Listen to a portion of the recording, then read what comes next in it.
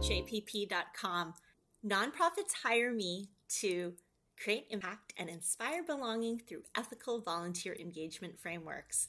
If you haven't read or listened to all the audiobooks in the Game Changers series, there are going to be spoilers. So here's the sitch. I, like many others, fell in love with Heated Rivalry, the TV show, and then dove right in to Rachel Reed's Game Changers series, which you can get the first 3 books through many local libraries. Shout out to Toronto Public Library, where I got the first 3 audiobooks without any hold time. Yay! I dove right into those, and in the book, I just have some notes with me right here. In the book Tough Guy, that is the one that features defenseman and tough guy Ryan Price, who hated it when he would get into fights during games and people would be like, "Pay the price, pay the price." That was the chant that they would chant, and he really didn't like it. He also had some anxiety, mental health stuff going on, and a beautiful love story between him and a violinist, Fabian Salah. Oh, there goes my alarm. I told you this was a much more casual video than my usual. So here goes. Why am I talking about it on my professional videos? So I work in volunteer engagement, and in this book, in Tough Guy, Wyatt Hayes, who is the backup goalie of the Toronto Guardians, which is the Toronto team in the fictional Major League Hockey that they're playing for, he becomes Ryan Price's friend, and he sees that, Ryan's having a tough time, and he's like, "Hey, come to the center with me." And it's like this community center in Toronto. They're there to play floor hockey with kids. And they just go. They just hop in the car and they drive out to this place. They bring some hockey pads. They're playing floor hockey. And it's just 2 grown men in the Major League Hockey. And there's a very tired executive director who opens the door, which sounds normal, but what is not normal is that Ryan Price just shows up. There's no application form. There's no police check. There's no vulnerable sector check, which is such an important risk management step here for people working with vulnerable people, like children, the children that they play floor hockey with no staff around, and these all sound like children, between the ages of 6 and 15. Who knows? It doesn't matter what age the children are. These are minors. They were unsupervised, so there was no police check at all. Now, here's the thing. I'm just here to let you know, in case you already didn't, if you are working with volunteers and they have access to money, data,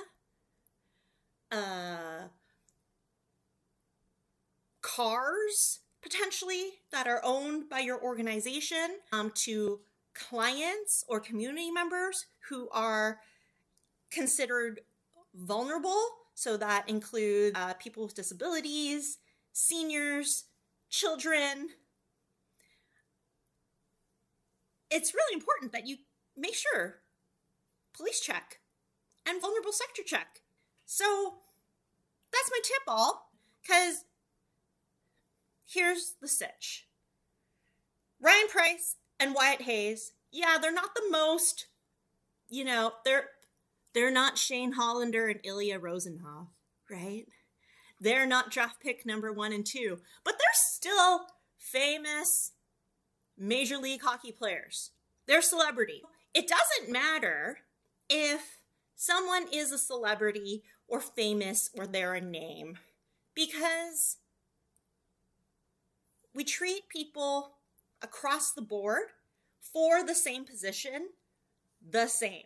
So if it was me walking off the street, I would need to be police checked to interact with those kids to play floor hockey, just as Ryan Price and Wyatt Hayes did, even though my hockey skills are nowhere near to / non-existent compared to these fictional hockey players. Back to what this reminded me of. So I was in a role where